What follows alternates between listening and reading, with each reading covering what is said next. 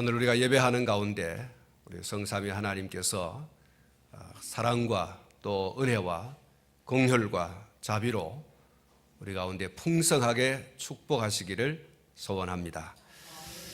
한 해가 저물어가고 한 해가 오늘 우리에게 마무리되어져야 할 그런 시점에 와 있습니다.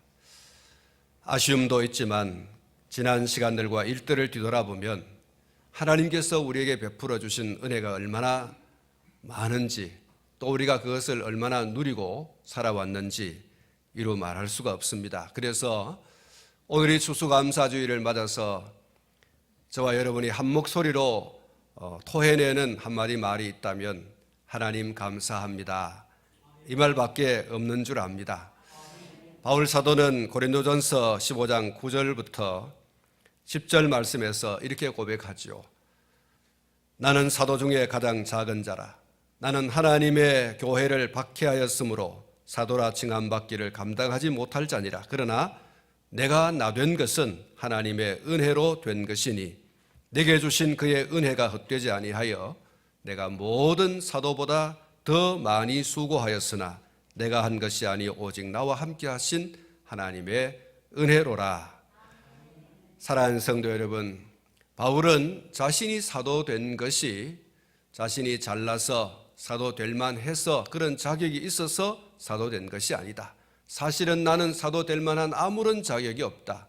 더 적극적으로 그런 말하기를 예수 믿는 사람들을 잡아서 가두고 죽이는데 앞장섰던 핍박자다. 이런 내가 사도 된다고 하는 것은 낙타가 바늘귀로 들어가는 것보다 더 어려운 일인데 내가 사도가 되었다는 것입니다. 이것이 하나님의 은혜가 아니면 도대체 무엇인가? 그래서 그는 내가 사도 된 것은 전적인 하나님의 은혜라고 고백을 하면서 더 나아가서 그는 내가 사도가 되어서 많은 일들을 했지만 그 일의 결과는 내가 한 것이 아니고 나와 함께 하신 하나님의 은혜입니다. 내가 무엇을 할 수 있는가? 이 연약한 내가, 풀과 같은 내가, 안개와 같은 내가, 이슬과 같은 내가, 하루살이 같은 내가 무슨 일을 할 수 있단 말인가? 내가 계획을 한들 하나님께서 오늘 밤에 오라 하시면 내 영혼 떠나가고 내 육신 지하로 땅속으로 들어가야 할 수밖에 없는 나인데 하나님께서 나를 사도로 불러주시고 나를 충성되이 여겨서 이렇게 직분 맡겨주실 뿐만 아니라 이 직분을 감당할 수 있는 생명 연장과 건강을 주시고 지혜를 주시고 사역할 사역지를 주시고 그렇게 함으로 인해서 내가 이 사역을 해온 것이지. 그래서 나는 내 입술로 고백할 수 있는 단 한 가지 고백이 있다면 다 하나님의 은혜입니다. 바울의 고백이 고린도전서 15장 9절과 10절에서 고백하는 고백이 바로 그겁니다. 내가 사도된 것도 하나님의 은혜고 내가 사도되어서 여러 가지 일들을 감당해낸 그 모든 일의 결과는 하나님의 은혜 때문이다. 사랑하는 성도 여러분, 오늘 저와 여러분도 이렇게 고백할 수 있기를 축원합니다. 내가 나 된 것은 하나님의 은혜고 많은 수고를 했지만 내가 한 것이 아니고 오직 나와 함께 하신 하나님의 은혜입니다. 바울의 이 고백, 이 겸손한 태도, 오늘 저의 고백이기도 하고 저의 태도이어야 하기도 하지만 또 우리 모두의 고백이요 태도가 되어야 하는 것입니다. 두 사람이 사막을 걸어가고 있었습니다. 그런데 여행 중에 문제가 생겨서 서로 말다툼을 하게 되었습니다. 한 사람이 또 한 사람의 뺨을 견디다 못해서 내리쳤습니다. 뺨을 맞은 사람이 기분이 나빴습니다. 그래서 짝대기를 하나 들고 걸어가던 그 사막 모래 위에다가 이렇게 글을 썼습니다. 오늘 나의 가장 친한 친구가 내 뺨을 때렸다. 이렇게 모래 위에 글을 썼습니다. 그러다가 두 사람이 됐다 그러면서 또 길을 가기 시작합니다. 마침내 오아시스에 도착한 두 친구가 그곳에서 목욕을 하기로 했습니다. 뺨을 맞았던 사람이 목욕을 하러 먼저 들어갔다가 그만 늪에 빠지게 되었습니다. 그때 뺨을 때렸던 친구가 그의 손을 내밀어서 그 친구를 건져 주었습니다. 늪에서 빠져나온 그 친구가 또다시 돌에다가 이런 글을 썼습니다. 오늘 나의 가장 친한 친구가 나의 생명을 구해 주었다. 그의 뺨을 때렸고 또 뺨을 늪에서 구해준 그 친구가 의아해서 물었습니다. 야 친구야, 내가 너를 때렸을 때는 모래 위에다가 오늘 나의 가장 친한 친구가 내 뺨을 때렸다고 이렇게 쓰더니 지금 늪에서 너를 건져준 이후에 너는 돌에다가 오늘 나의 가장 친한 친구가 나를 구해 주었다. 이렇게 왜 적었느냐? 그 친구가 이렇게 말했습니다. 앞으로 살아가는 동안에 누군가가 나를 괴롭혔을 때 우리는 모래에 그 사실을 적어 두어야 할 것이다. 용서의 바람이 불어와 그것을 지워버릴 수 있도록 그렇게 해야 하지 않겠는가? 그러나 누군가가 우리에게 좋은 일을 하였을 때 우리는 그 사실을 돌에 기록하고 그래서 우리가 바람이 불어와도 영원히 그것을 지워지지 않도록 해야 하지 않겠는가? 그렇게 했다는 이야기입니다. 사랑하는 성도 여러분, 우리 속담에 오늘 이 이야기와 비슷한 그런 속담이 있습니다. 원수는 물에 새기고 은혜는 돌에 새기라, 그런 말이죠. 그런데 오늘 우리의 삶 가운데 보면 이것을 거꾸로 할 때가 있습니다. 원수는 돌에 새기고 은혜는 물에 새기고 이런 삶을 살아가는 그런 모습들이 있는 것이죠. 잊어버려야 하고 또 속상해 할 그런 일들, 또 손해본 일들, 눈물 흘린 일들, 불이익을 당한 일들, 그런 것들을 마음속에 고스란히 그렇게 돌에 새긴 것처럼 새겨두는 사람이 있어요. 그래서 이런 마음을 먹습니다. 두고 보자. 언젠가는 내가 이 원수를 반드시 갚으리라. 이런 마음을 속에 가득히 품고 있습니다. 여러분, 이런 마음을 품으면 누가 손해보겠습니까? 두고 보자. 이 원수를 반드시 내가 언젠가 갚을 것이다 라고 하는 그 사람의 마음에 여러분 평안이 있겠습니까? 즐거움이 있겠습니까? 감사가 있겠습니까? 만족이 있겠습니까? 행복이 있겠습니까? 이런 것들은 전혀 없습니다. 오히려 그의 눈에 살기가 돌고 말이 거칠고 행동이 거칠 수밖에 없어요. 말 한마디를 해도 행동 하나를 해도 사람들이 곁에 가기 어려운 그런 아주 날카로운 날선 검 같은 그런 사람이 될 수밖에 없습니다. 결국 그러한 사람은 타인에게도 자신에게도 위험합니다. 결국 그 사람은 도탄에 빠지는 결과를 가져옵니다. 그 반대는 어떻겠습니까? 반대로 받은 은혜를 늘 기억하고 마음속에 새겨두고 그러면 그 사람은 마음에 평안이 있습니다. 즐거움이 있습니다. 행복이 있습니다. 만족이 있습니다. 그래서 그 사람은 언제나 이렇게 말합니다. 나는 행복합니다. 한번 따라 하십시다. 나는 행복합니다. 근데 딱 두 사람이 안 하는 것 같아요. 행복 안 하는 것 같아요. 속에 뭔가 엉거리져 있는 것 같아요. 한번 두고 보자. 시간이 가면 기회가 오면 내 너를 죽일 것이다. 이런 사람이 우리 가운데 딱 두 사람이 있는 것 같아요. 다시 한번 하십시다. 나는 행복합니다. 행복합니다.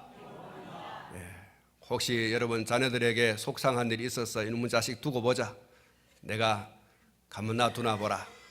또 혹시 부모님에게 억하심정이 있어서 아버지, 어머니 조금만 더 기다리겠습니다. 늙을 때가 되면 내가 다 빼앗아버리고 말 것입니다. 당장에 내가 요양원에 보내서 거기서 평생을 내가 고생하도록 만들 것입니다. 혹시 그런 분이 계시거든 오늘 여러분 그것을 다 물에 새기시기를 축원합니다. 그 다 물에 새겨야 돼. 진 자리 마른 자리 갈아 누이시며 먹을 것 입을 것 마실 것 늘 걱정하고 염려하고 해주셨던 그 은혜는 여러분 가슴 속에 뼈 속에 깊이 새겨서 여러분 갚아야 되겠다. 이런 마음을 여러분 가지십시오. 여러분 은혜를 돌에 새기고 원수를 물에 새기십시오. 그래야 여러분 행복합니다. 내가 행복하고 내가 행복하면 내 주변의 사람들을 행복하게 해줄 수 있는 행복 바이러스가 될 수 있는 것이죠. 여러분 내 주변에 있는 사람이 나로 인해서 기뻐하고 즐거워하고 만족하고 행복해야 돼요. 여러분 그렇게 하는 사람을 가만히 보면요, 그 사람의 삶의 철학이 제가 오늘 말씀드린 그런 철학이 있어요. 나는 원수를 물에 새긴다. 나는 원수를 모래에 새긴다. 나는 은혜를 받은 것이 있다고 하면 그것이 작은 것이든 큰 것이든 나는 반드시 돌에 새기고 내 신비, 내 육체의 뼈에 새긴다는 거예요. 그런 철학이 있는 사람이에요. 그래서 그 사람 주변에 가면 그냥 기쁘고 즐겁고 넉넉하고 말이죠. 그렇습니다. 사랑하는 성도 여러분, 오늘 우리의 정체성을 좀 들여다봤으면 좋겠어요. 다시 말하면 오늘 나의 현주소는 어떤 건가? 나는 지금 날성건같이 그냥 날카로운 사람인가, 아니면 나는 좀 다른 사람들에 대해서 너그러운 그런 포용력이 있는, 나누고 퍼주는 그런 사람인가 라고 하는 것을 여러분 한번 돌아보시기 바랍니다. 나의 현주소는 지금 어디인가? 나는 지금 내 속에 원수를 돌에 새김같이 나에게 조금 상처를 주고 내 눈물을 좀 흘리게 하고 또 내 밤잠을 못 누리게 한 그 사람에 대해서 두고 보자 이놈의 자식, 내가 언제가 이것을 반드시 갚으리라.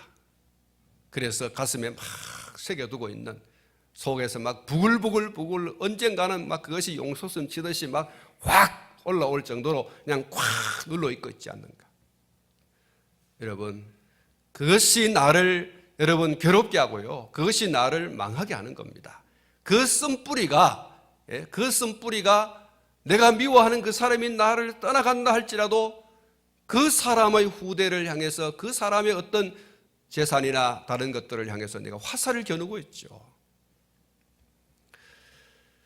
오늘 이 아침에 여러분 소위 말해서 원수가 되어지는, 내 눈물에 눈물을 좀 흘리게 하고 내 눈에 눈물을 흘리게 하고 가슴을 아프게 하고 속상하게 하고 눈물 나게 했던 그런 모든 것들을 여러분 오늘 다 예수님의 십자가 아래 내려놓으시고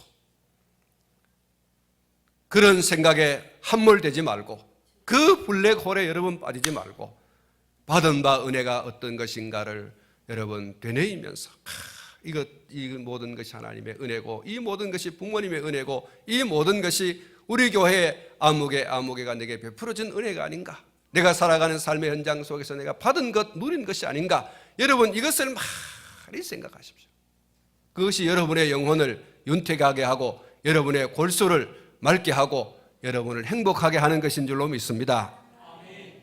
사랑하는 성도 여러분, 오늘 우리는 다윗이 자신의 삶 속에서 체험한 하나님의 인자하심을 말씀을 하면서 은택을 잊지 않겠다. 은택을 잊지 않겠다.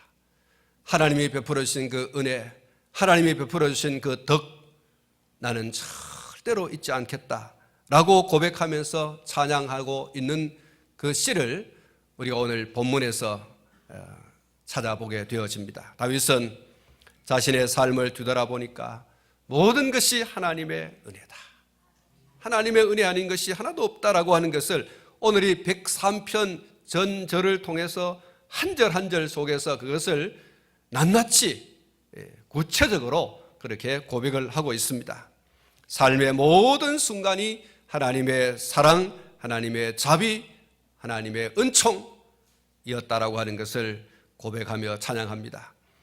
오늘 이 103편에서 여러 가지를 이렇게 고백하고 찬양하고 있습니다만은 오늘 제가 5절까지 말씀을 읽고 이 5절 말씀 안에 나오는 네 가지 그가 받은 바 하나님의 은혜를, 그의 삶 속에서 받았고 누렸던 그 은혜를 고백한 것을 여러분에게 함께 소개하면서 오늘 저와 여러분도 이 다윗의 고백과 찬양에 동의하면서 우리도 이렇게 고백하고 이렇게 찬양하는 데 나아가는 그런 성도가 되어지기를 축원합니다. 다윗이 이 시편 103편 1절부터 5절까지 고백하고 있는 하나님의 연속적인 은혜 네 가지가 있는데, 첫 번째는 죄를 용서해 주신 하나님의 은혜이고요, 두 번째는 자기의 병을 고쳐주신 하나님의 은혜에 대한 고백과 찬양입니다. 그리고 세 번째로는 생명을 파멸해서 구원해 주신 구원의 하나님의 은혜에 대한 그런 고백과 찬양이 소개되고 있습니다. 그리고 마지막으로 좋은 것으로 소원을 만족해 하신 하나님의 은혜, 자기의 얼굴빛이 빛나게 해주신, 청춘으로 하여금 독수리처럼 새롭게 하여 주시는 그 하나님의 은혜에 대해서 감사와 찬양을 올려드리고 있는 것을 볼 수가 있습니다. 먼저 3절 상반절을 보시면 저가 내 모든 죄악을 사하시며 라는 고백을 하고 있지요. 다윗은 자신의 죄악을 사하신 하나님을 찬양하고 있습니다. 죄의 문제는 오직 하나님만 해결할 수 있는 것인 줄 믿습니다. 하나님은 독생자 예수 그리스도를 보내셔서 그 피로 모든 죄인들을 사해 주시는 그 은총과 은혜를 베푸신 것이죠. 어떤 죄를 범했든지 하나님 앞에 나와서 내어놓고 회개하는 자들을 하나님께서는 죄 없다 해 주시고, 그의 모든 허물과 죄악들에 대해서 당신의 등 뒤로 던져버리시고 나는 모른다 이렇게 하여 주시는, 허물의 사함을 베풀어 주시는, 죄의 용서를 베풀어 주시는 하나님의 은총, 은혜, 다윗은 그것을 경험했습니다. 그래서 그것을 그가 고백하면서 하나님 나의 죄를 사해 주신 그 모든 은혜에 대하여 나는 감사와 찬송과 영광을 하나님께 올려드립니다, 이렇게 고백하죠. 사랑하는 성도 여러분, 다윗이 한때 참 중한 죄를 범했습니다. 그러나 하나님의 용서를 그가 구했고 하나님께서 그를 용서해 주셨습니다. 그는 그 죄를 회개할 때에 눈물로 그의 침상을 적시고 또 적실 정도였다, 이렇게 고백을 하고 있는 것을 볼 수가 있습니다. 그가 죄 용서를 받고 그 감격, 그 기쁨, 그 즐거움, 그 감사 말할 수가 없었어요. 그래서 오늘 이 다윗의 그런 감격과 기쁨과 감사를 여기 담아두고 있어요. 하나님 감사합니다. 다윗은 하나님이 그에게 베풀어 주신 모든 은혜 가운데 가장 우선적인 하나님의 은혜, 자기의 죄를 용서해 주신 거예요. 용서받은 죄인으로서 그 자기의 죄가 용서받음을 인하여서 얼마나 감사한지. 여러분, 다윗이 지은 죄는요, 정말 사람들에게 돌팔매질 당해서 맞아 죽어도 싼 그런 죄지 않습니까? 왕의 자리에서 그가 많은 육체적 쾌락을 누렸어요. 그런데 그것으로도 만족하지 않고 버젓이 남의 아내 되어진 여인을 취하여서 자식을 갖게 하고 그 자식 가진 것을 은폐하려고 그 남편을 죽이는데 머리를 굴렸던, 잔꾀를 부렸던 사람이 바로 이 다윗입니다. 하나님의 선지자 나단이 그에게 깨우쳐 줄 때까지 그는 그것이 자신의 죄인 줄로 깨닫지를 못했어요. 그것이 얼마나 심각한 죄인 줄을 몰랐어요. 남의 집에 애지중지 키우는 그 짐승 새끼를 자기 친구를 대접하기 위해서 가서 빼앗아 와서 먹이는 이런 행위를 한 것이 바로 다윗 당신이다라고 선지자 나단이 아주 질책할 때 단도직입적으로 단창으로 찌르듯 그렇게 이야기를 할 때, 그때서야 비로소 내가 죄를 지었다 이렇게 할 정도로 그는 자신의 지은 죄에 대해서 깜깜했어요. 무감각했습니다. 그런 죄를 지은 사람이 다윗이었어요. 이런 다윗이, 여러분 그 상황이 어떤 상황이었습니까? 그 여인의 남편은 나라와 민족을 위해서, 그의 왕 다윗을 위해서 전쟁터의 저 최전선에 나가서 피를 흘리며 싸우는 중이에요. 언제 어느 때에 생명을 잃어버릴지 모르는 그 전선에 나가서 싸우는 그 장군의 아내를 취하는 죄를 범했거든요. 그거는 보통 죄가 아니에요. 자기 생명 걸고 나라를 위해서 나가 싸우는 그 사람의 여인을, 그 사람의 아내를 자기가 취했다고 하는 것은 무슨 말로도 용서받을 수 없는 죄예요. 이런 죄를 지은 다윗이 하나님 앞에 용서를 받았거든요. 물론 그 혹독한 대가를 치루었고 그 이후에도 계속해서 그가 혹독한 대가를 치르지만 하나님 앞에서 그래 내가 죄를 용서해 줄게 하는 그 말 한마디, 그 하나님의 은혜를 생각하면 말할 수 없는 기쁨과 즐거움과 감사, 무엇으로도 갚을 수 없는 하나님의 은혜. 주께서 내게 베푸신 모든 은혜를 내가 무엇으로 보답할꼬? 할렐루야. 우리가 하나님 앞에 감사해야 할 많은 감사의 제목이 있지만 가장 큰 감사, 최우선의 감사는 뭐냐? 우리가 죄 용서받은 거예요. 예수 그리스도 하나님 당신의 아들을 십자가에 못 박아 죽일 정도로 우리의 죄악이 흉악한 것이었어요.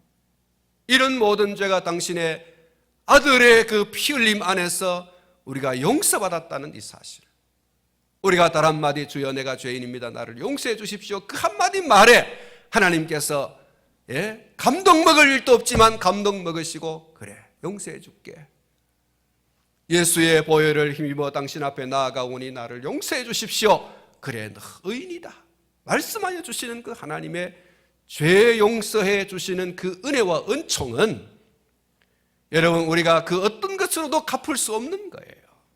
무엇으로 갚아서 우리의 죄를 없앨 수 있습니까?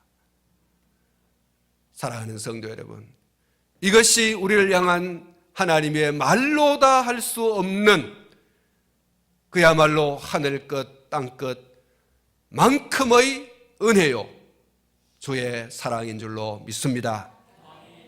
다윗은 그것을 지금 하나님께 고백하고 감사하고 있습니다. 첫 번째 감사, 하나님 내가 하나님 앞에서 손을 꼽아 감사할 일들이 많이 있는데 그 첫 번째 내 죄를 용서해 주신 겁니다.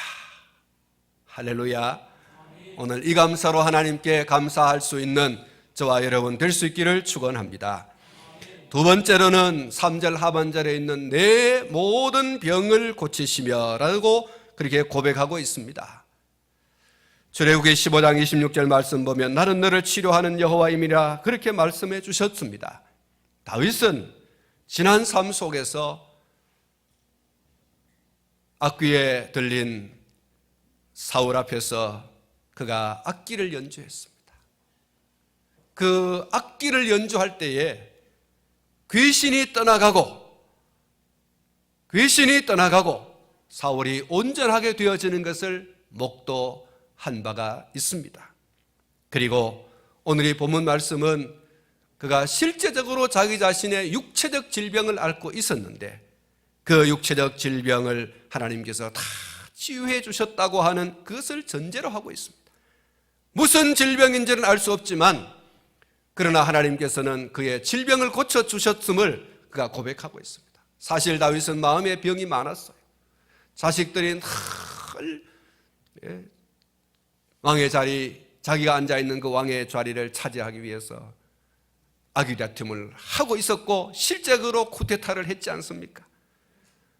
그런 데서 오는 마음의 상처, 그 주변 사람들이 자기의 마음에 비수를 꽂는 것과 같은 그런 행위를 한 것, 특별히 그가 군권을 다 맡겨서 군총사령관으로 세운 요압이 자기도 몰래 다윗이 신임하고 신용을 하는 그 사람을 자기도 몰래 죽인 사실을 나중에 알았지 않습니까?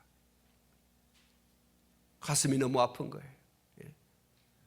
우리 박 대통령께서 진실한 사람을 다음 총선에 뽑아달라고 그렇게 얘기했는데 여러분 참 믿고 맡기고 이렇게 했는데 그 권력을 가지고 왕도 모르게 왕도 아닌 것이 왕의 권위를 행사한 거죠. 왕의 신임하는 사람을 쥐도 새도 모르게 가서 죽여버렸거든. 그래서 다윗이 그것이 평생의 마음에 상처가 되었어요. 그래서 그의 아들 솔로몬에게 유언으로 남겨졌어요.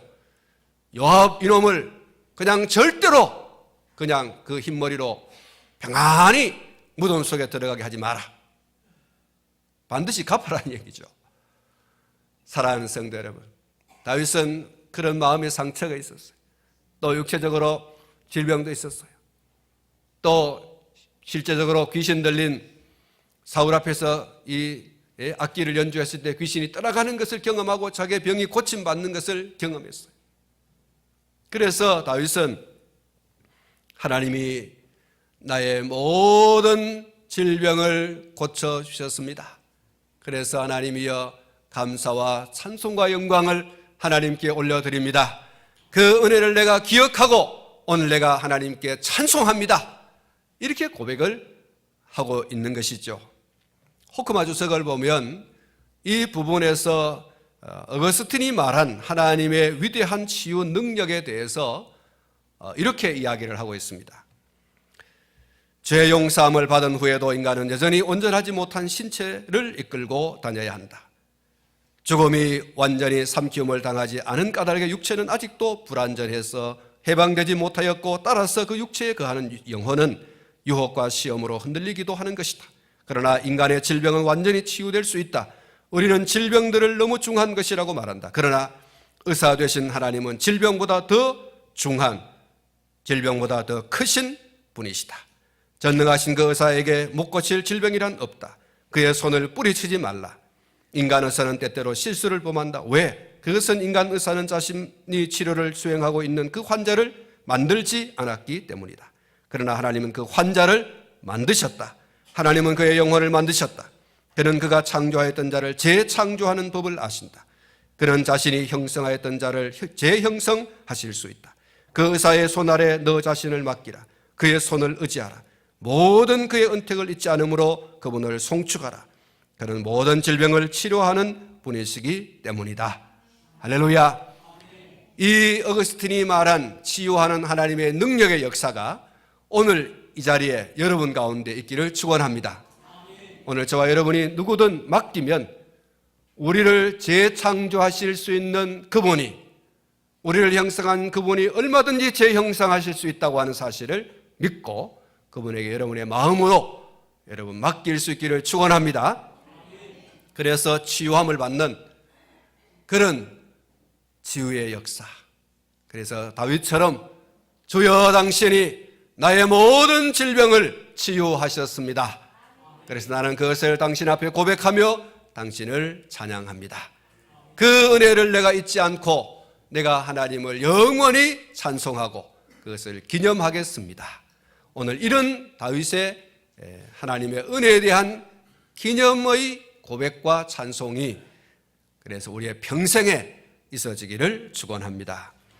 그리고 오늘 본문 4절 말씀에 내 생명을 파멸해서 속량하시며 이렇게 말씀을 하고 있습니다. 파멸이라고 하는 것은 위기와 혹은 위험과 혹은 죽음을 의미하는 것입니다.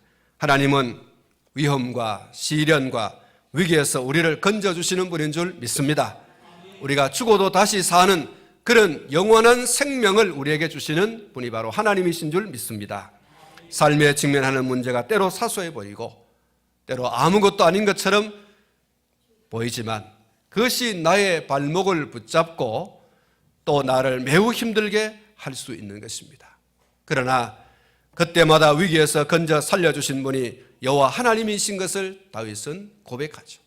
하나님, 내가 미끄러질 뻔했고 너가 넘어질 뻔했고 하는 이런 많은 이야기들, 여호와는 나의 목자시니 내가 부족함이 없다라고 하는 그 고백 속에는 그가 양을 치는 목동으로 살아가는 그 삶 속에서 얼마나 많은 어려움을 겪었는지를 담고 있는 거죠. 주의 지팡이와 막대기가 나를 안위하시나이다. 얼마나 불안한 삶을, 얼마나 두려운 삶을 그 들판에서, 그 벌판에서 살았다면 주께서 내 원수의 목전에서 내게 상을 베푸시고 기름으로 내 머리에 바르셨다라고 한 이 고백은 그가 얼마나 많은 주변에 원수들이 있었던지, 바산의 힘센 소들같이 감당할 수 없을 만큼 거대한 힘들이 그의 주변에는 많이 있었던 거죠. 사자와 늑대와 승냥이와 그런 많은 맹수들의 틈바구니 속에서 그가 어떻게 이길 수 있었는가?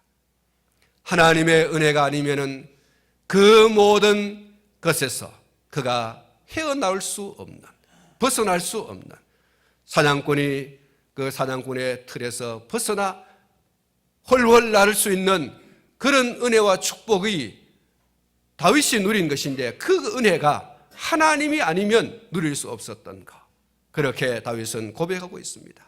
삶의 많은 위기들, 그런 위기들에서 하나님이 건져주신 거예요. 그래서 그것을 다윗은 오늘 이 본문을 통해서 고백하고 있는 것이죠. 당신은 알지 못했어도 하나님께서 어려움의 수렁에서 건져주셨구나 깨닫게 하심으로 그 은혜를 하나님께서 기억하게 하여 주시는, 다윗은 하나님의 그 은혜를 잊지 않고 있습니다. 하나님, 돌이켜보면 참 많은 어려움이 있었습니다. 우리가 흔히 파란만장한 세월이라는 말을 하지 않습니까? 다윗의 삶이 그런 겁니다. 이새의 아들 말제로 태어났어요. 말제는 장자에 비하면 눈에 들어오지 않아요. 그런 아들로 태어났어요. 8번째 아들로 태어나서 그가 누릴 게 뭐가 있어요? 그래서 그가 하는 일이 뭡니까? 저 들판에 가서 양이나 치고 그 양들 틈바구니에서 잠자고, 그렇게 사는 거예요. 거기서 세수도 제대로 못하고 이빨도 제대로 못 닦고 먹을 것도 제대로 못 먹고 그 초췌한 모습으로 양 목동 생활을 하잖아요. 아들 셋, 큰아들, 둘째 아들, 셋째 아들, 이 사람들은 저 전쟁터에 나가서 용맹한 용사로서 왕의 휘하에서 싸움을 하고 있잖아요. 여러분, 다윗은 정말 볼품없는 자리, 아버지의 유산도 제대로 받지 못할 자리, 아버지 가까이 있지도 못하고 들판을 헤매야 되고 거기서 밤이슬 맞고 하늘을 두루마리 삼고 그렇게 입을 삼아서 지붕 삼아서 그렇게 이슬 먹고 사는 짐승 같은 삶을 사는 것이 다윗이었습니다. 그런 다윗이 만인지상의 자리에 그가 올라앉지 않습니까?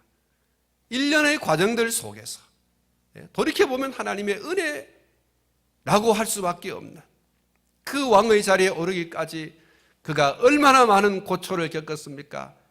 그의 선대왕 사울로 인해서 그가 얼마나 많은 죽음의 위기를 여러분 지냈습니까? 여러분, 다윗 한 사람 죽이겠다고 사울이 3,000명의 군사를 이끌고 찾아올 정도로 그렇게 죽음의 위기 앞에 섰던 사람이 다윗이었어요.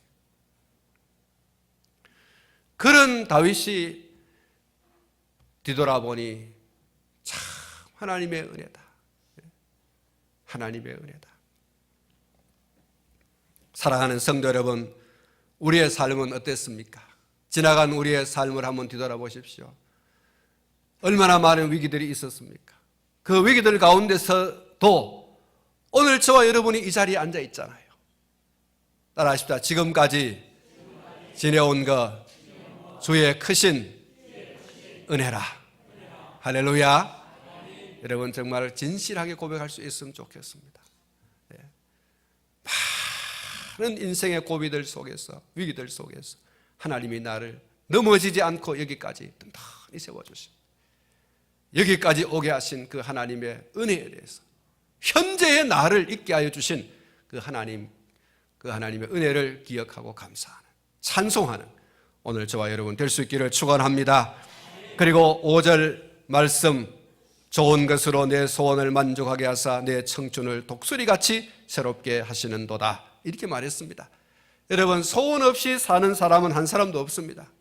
그런데 돌이켜보니 그 소원들이 하나님의 은혜 가운데 내게 채워졌다는 거예요. 이것을 하나님께 구했는데 하나님께서 이것을 주시고, 저것을 구했는데 하나님께서 저것을 주시고, 내가 구한 것보다 더 좋은 것과 더 큰 것을 내가 알지 못하고 내가 구하지 못한 것까지도 하나님께서 더물어 주신, 그래서 내 입술에 웃음이 가득하게 하신, 그래서 내 얼굴에 만면에 웃음을 띌 수 있게 하여 주신, 사람들이 나를 볼 때 무슨 좋은 일이 있나? 무슨 좋은 일이 있어? 이렇게 이야기할 정도로 나를 기쁘게 하여 주시고 즐겁게 하여 주신 하나님, 한쪽을 막히면 또 한쪽을 활짝 열어 놓으시는 하나님, 할렐루야. 이게 우리 하나님이라는 거예요. 내 청춘으로 하여금 독수리처럼 새롭게 하시는, 힘들고 어려운 일이 닥칠 때에는 죽겠구나, 내 인생 끝장나는 건가 그랬는데 하나님께서 한쪽 문을 활짝 열어주셔서 그 열린 문으로 들어온 하나님의 축복이 이쪽에 막힌 것을 완전히 덮어버릴 정도로 그냥 큰 것을 주시는 하나님.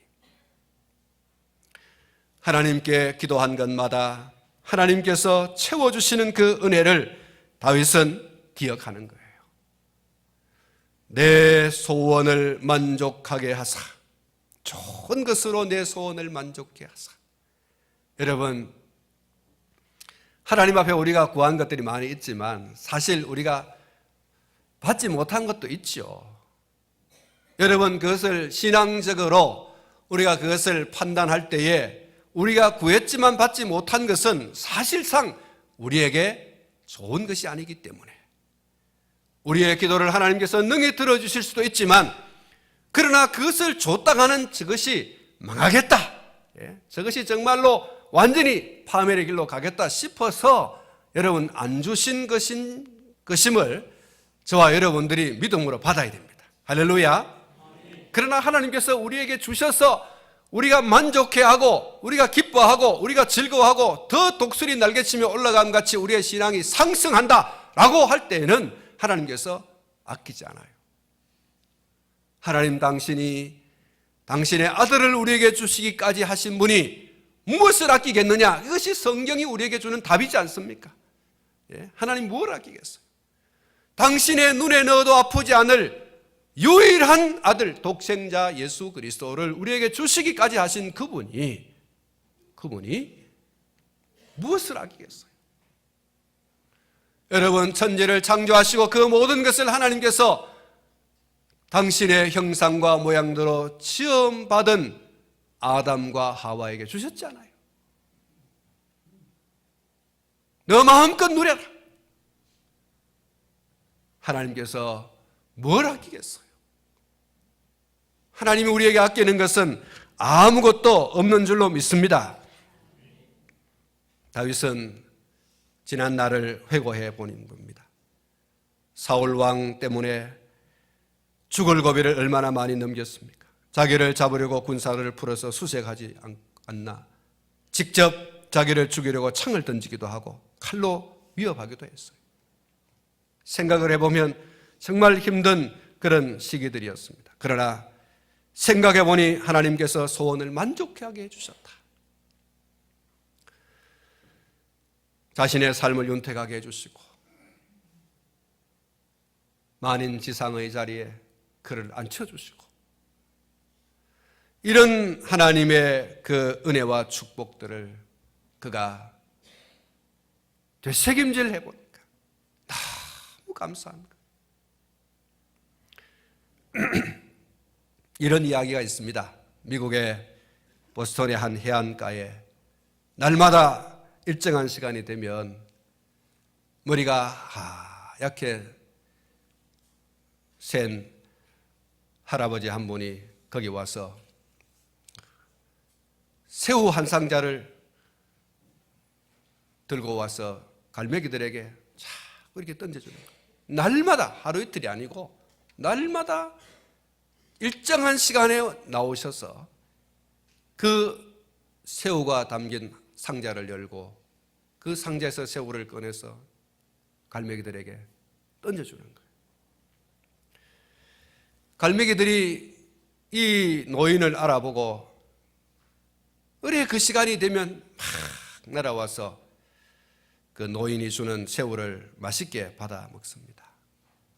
어느 날 한 어린아이가 이 할아버지에게 질문을 했습니다. 할아버지, 이 싱싱한 새우를 왜 매일같이 저 갈매기들에게 던져줍니까? 이렇게 물었습니다. 이 노인이 대답을 하기를, 나는 2차 세계대전 때 미군 함정의 함장이었다.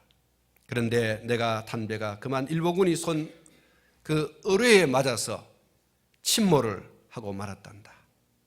많은 나의 부하들이 죽고 나와 몇몇 사람만이 간신히 구명보트를 타고 살아남았는데, 그러나 이 바다에 둥둥 떠서 그렇게 정처 없이 흘러 떠내려가고 있고, 햇볕은 내리쫓고 식량은 없고, 정말 기진맥진, 오늘 죽을지 내일 모를지 생사를 가늠할 수 없는 그런 어느 한때에 어느 날 자기 어깨를 지그시 누르는 뭔가 있었는데, 눈을 떠보니까 이 갈매기 한 마리가 자기 어깨 위에 내려앉았어요. 그 갈매기를 쫓을 힘도 다 잃어버렸는데 그 갈매기 한 마리 무게가 얼마나 크겠어요. 그 무게가 자기 어깨를 마치 누르고 있어요. 그래서 눈도 막 뜰뚱말뚱 해가지고 그렇게 하면서 갈매기를 후이 쫓는데 이 갈매기가 도망을 안 가는 거예요. 그래서 이 사람이 그 갈매기를 아무리 쫓아도 가지 않으니까 이놈 봐라 해가지고 죽을 힘을 다해서 그 갈매기의 털을 뽑고, 잡아서 털을 뽑고 그 갈매기를 그냥 생걸로 먹었어요. 그것을 먹고 힘을 얻어서 자기가 살았다는 거예요. 그리고 나서 그가 어떻게 과정을 거쳐서 그 해안가로 오게 되고 이제 살게 되었는데, 그가 가만히 생각해 보니까 그 갈매기가 너무 고마운 거예요. 그래서 그 갈매기를 생각하면서 평생토록 나는 갈매기에게 먹이를 줘야 되겠다. 다시 말해서 은혜를 내가 잊지 않고 살겠다라고 하는 거죠. 그래서 새우를 먹이고 있다는 거예요. 계속해서. 내가 그 갈매기 한 마리가 아니었더라면 내가 어떻게 오늘 살 수 있었던가. 그래서 그 갈매기를 생각하면서 늘 감사하고 내가 이렇게 새우를 던져주고 있다, 이렇게 이야기를 했다고 합니다. 사랑하는 성도 여러분, 다윗은 자기에게 베풀어 준 그 은혜를 잊지 않고 있어요. 어제 포남교회, 우리 노회 산하 포남교회가 있습니다. 그 포남교회 목사님 위임식이 있었는데 설교를 새로남교회 오정호 목사님께서 오셔서 했습니다. 예식을 다 마치고 목사님이 따로 식사를 이제 하셨는데, 저는 뭐 마치고마자 다른 데 가서 식사를 했기 때문에 만나지를 못했어요. 그 식사를 다 하고 나서 제가 만났습니다. 만났는데 딱 보니까 우리 노회에 한정동 목사님이라고 계십니다. 중동교회에 심호하시는데 그분하고 이야기를 하고 있어요. 그래서 목사님, 이 목사님 어떻게 아냐고 그랬더니 이 목사님의 아버님이 목사님인데 그 목사님에게 자기가 은혜를 많이 받았다는 거예요. 여기 와서 자기가 오늘 만났는데, 그래서 제가 가만히 보니까 오 목사님이 뭔가 이 목사님에게 해주고 싶은 게 있는 것 같아요. 중동교회는 교인이 한 20여 명도 안 됩니다. 미자립교회인데 참 어려운 교회예요. 제가 우리 노회에서 우리 천만원 그 교회에 가서 이제 책정되어져 있는 1,000만 원을 건네줬습니다. 가보니까 뭐 주변에 곰팡이도 막 피어 있고 이 집을 잘못 지어가지고 판넬로 지은 예배당이고 판넬로 지은 사택인데 그런 데서 두 자녀와 두 분이 생활을 하고 있고 교회를 운영하고 있어요. 참 제가 사모님이 뭐 가보니까 조그마한 오봉에 그 포도하고 포도를 두 송이 딱 달고 나오시고 음료수를 가지고 나오셨어요. 먹고 그리고 돌아오는 길에 제 호주머니 10만 원밖에 없어서 제가 10만 원을 드리면서 그랬습니다. 목사님, 오늘 저녁에는 사모님하고 나가셔서 맛있는 거 드시고 그렇게 오시라고. 이건 헌금하지 말고 두 분이 가셔서 쓰시라고. 제가 그렇게 드리고 왔는데 참 어려운 가운데 생활하고 계시더라고요. 우리 그 오 목사님께서 아마 내가 많은 은혜를 입었다고 하는 그 말씀을 하시는 거 보면 아마 그 은혜를 갚는 어떤 일을 하지 않을까. 제가 더 이상 거기 안 입고 나왔습니다. 두 분이 얘기하라고. 오 목사님하고 저도 또 친분이 있어서 많은 이야기를 나누고 싶었는데 두 분하고 더 많은 시간을 가지라고. 제가 가만히 들어보니까 사모님하고 아이들하고 빨리 오라고 하라고 이렇게 이야기를 한 것 같아요. 그래서 목사님이 아이고 다음에 만나도 됩니다. 오늘 뭐 그냥 가십시오 하는데도 목사님이 아니야 꼭 오시라고 하라고. 그렇게 중동교회 포남교회는 한 15분 정도, 한 10분 정도 거리입니다. 그 거리에 차를 타면 10분 정도 되는데 그 거리에서 빨리 오시라고. 그렇게 해서 뭔가를 좀 대접하고 싶은 이런 마음이 있어서 목사님이 그러지 않았겠나. 여러분 은혜를 기억하는 것. 여러분 조그마한 은혜라도 여러분 기억되거든 어떻게 해야 돼요? 갚아야 됩니다. 오늘 다윗이요 사해 주시고 고쳐 주시고 구속하시고 만족해 하신 하나님, 내가 하나님의 그 은혜를 잊을 수가 없습니다. 그래서 나는 하나님께 고백하고 하나님께 찬양하며 영광을 돌려드립니다. 이것을 오늘 이 본문에서 여러분 이야기하고 있어요. 사랑하는 성도 여러분, 하나님은 오늘 또 우리의 삶의 현장 속에 얼마든지 사하시고 고치시고 구속하시고 만족하게 하시는 하나님이신 줄로 믿으시기를 축원합니다. 여러분 지금도 사해 주시고 고쳐 주시고 그리고 구속하여 주시고 만족하게 하십니다.